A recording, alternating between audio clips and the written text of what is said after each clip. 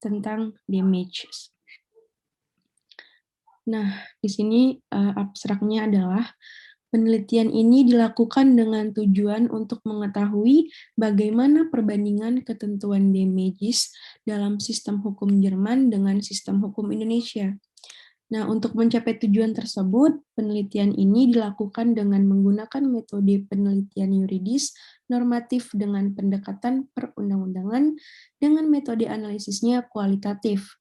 Hasil penelitian menunjukkan bahwa yang pertama, konsep ganti rugi dalam perbuatan melawan hukum di Indonesia dan Handlung di Jerman itu, baik di Indonesia maupun di Jerman, konsep dari perbuatan melawan hukum itu adalah sama, yaitu mengembalikan kepada posisi yang semula sebelum terjadinya perbuatan melawan hukum. Jadi, mengembalikan keadaan awal sebelum terjadinya perbuatan melawan hukum. Nah, yang kedua, pengaturan dari perbuatan melawan hukum di Indonesia dapat ditemukan dalam Kitab Undang-Undang Hukum Perdata yang mengatur mengenai konsep dan juga pengaturan ganti rugi umum yang dapat diberikan dalam hal prestasi dan perbuatan melawan hukum. Nah, di Jerman, pengaturan mengenai perbuatan melawan hukum tidak hanya terdapat di dalam suatu kodifikasi hukum perdata. Dalam perkembangannya mengenai kasus berkaitan dengan strict liability, terdapat peraturan perundang-undangan khusus yang mengatur ganti rugi tersebut. Kemudian selanjutnya, dalam melakukan penelitian ini, peneliti menggunakan metode spesifikasi penelitian yang digunakan adalah analitis, yaitu hasil penelitian ini berusaha memberikan gambaran tentang perbedaan dan persamaan kedua sistem hukum Indonesia dengan konsep Jerman, yaitu tentang damages. Nah, metode pendekatan hukum yang digunakan yaitu yuridis normatif dengan menggunakan data yaitu sumber data sekunder yang terdiri dari bahan hukum primer berupa peraturan perundang-undangan dalam hal ini, yaitu peraturan perundang-undangan dalam negara Indonesia, dan bahan hukum sekunder berupa bahan-bahan yang erat kaitannya dengan memberikan penjelasan mengenai bahan hukum primer, yaitu buku-buku yang relevan, jurnal hukum, dan karya ilmiah yang berkaitan dengan objek penelitian. Nah, selanjutnya teknik pengumpulan datanya itu diperoleh dari hasil penelitian yang didapat secara langsung pada objek penelitian, yaitu dengan cara studi kepustakaan. Studi kepustakaan bertujuan untuk memperoleh data sekunder. Nah, analisis data sesuai dengan permasalahan yang menjadi pokok bahasan penelitian, maka penelitian yang akan digunakan adalah penelitian yuridis kualitatif, karena penelitian ini menjelaskan secara yuridis normatif melalui penelitian kepustakaan yang tadi. Nah, lokasi penelitian dalam penelitian ini yaitu dilakukan di kediaman peneliti, yaitu di Medan, Sumatera Utara, dikarenakan terbatasnya peneliti berkegiatan di luar rumah, melihat dikarenakan keadaan yang sedang pandemi COVID-19, sehingga penulis hanya melakukan penelitian di rumah dengan memanfaatkan teknologi informasi dan jaringan internet. Selanjutnya, kita masuk ke dalam hasil penelitian dan analisis. Yang pertama, konsep ganti rugi dalam perbuatan melawan hukum di Indonesia dan Handlung di Jerman. Nah, di Indonesia itu sendiri ganti rugi tersebut diperbolehkan nih diajukan karena timbulnya kerugian. Jadi, kita boleh mengajukan ganti rugi itu apabila kita merasa kita timbul kerugian terhadap diri kita. Sebagaimana bunyi dalam pasal 1365 KUH Perdata, tujuan ganti rugi pada umumnya adalah untuk mencari penyelesaian antara para pihak yang berperkara dengan mengembalikan keadaan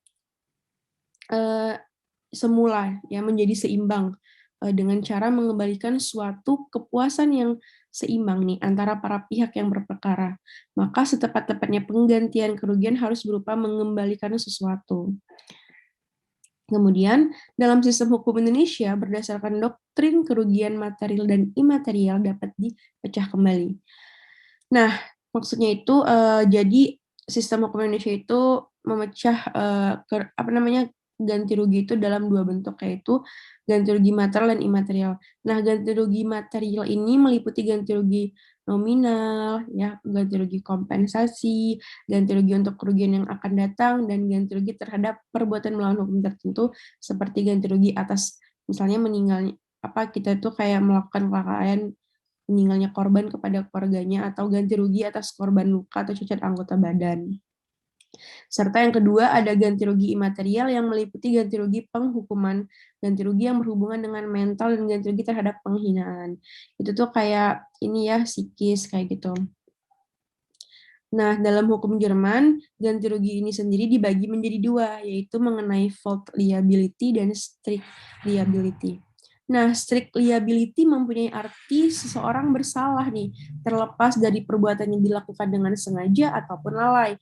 Jadi, strict liability ini mempunyai arti seseorang bersalah, itu dia tetap bersalah, maupun alasannya itu dilakukan oleh kelalaian dia ataupun kesengajaannya. Nah, sedangkan fault liability ini mencakup suatu perbuatan yang dilakukan dengan sengaja maupun secara lalai. Jadi, emang perbuatannya itu dilakukan dengan sengaja maupun secara lalai gitu. Udah dinyatakan salah kayak gitu. Nah, konsep ganti rugi Jerman dapat dibagi menjadi dua, yaitu pecuniary loss atau ganti rugi material dan non-pecuniary loss, ganti rugi imaterial. Jadi ada sama tuh, tadi yang di Indonesia materialnya dan imaterialnya, ini sekarang di Jerman. Nah, di Jerman kerugian materialnya ini diatur dalam pasal 249 ayat 1 BGB. Tergugat harus mengembalikan kondisi penggugat kepada kondisi semula sebelum terjadinya perbuatan melawan hukum, sama ya. Jadi sama yang di hukum Indonesia, tapi yang kerugian imaterialnya nih di Jerman, seorang penggugat itu dapat meminta ganti rugi dalam sebentuk jumlah uang kayak gitu. Selanjutnya, nah di Indonesia tidak ada tuh regulasi yang mengatur mengenai batasan waktu pengajuan ganti rugi dalam hal terjadinya perbuatan melawan hukum. Nah, sedangkan dalam sistem hukum Jerman terdapat pengaturan dalam BGB mengenai limitation period dalam melakukan penuntutan ganti rugi. Selanjutnya, pembahasan yang kedua, kita masuk ke regulasi ganti rugi umum yang dapat diberikan dalam hal prestasi dan perbuatan melawan hukum.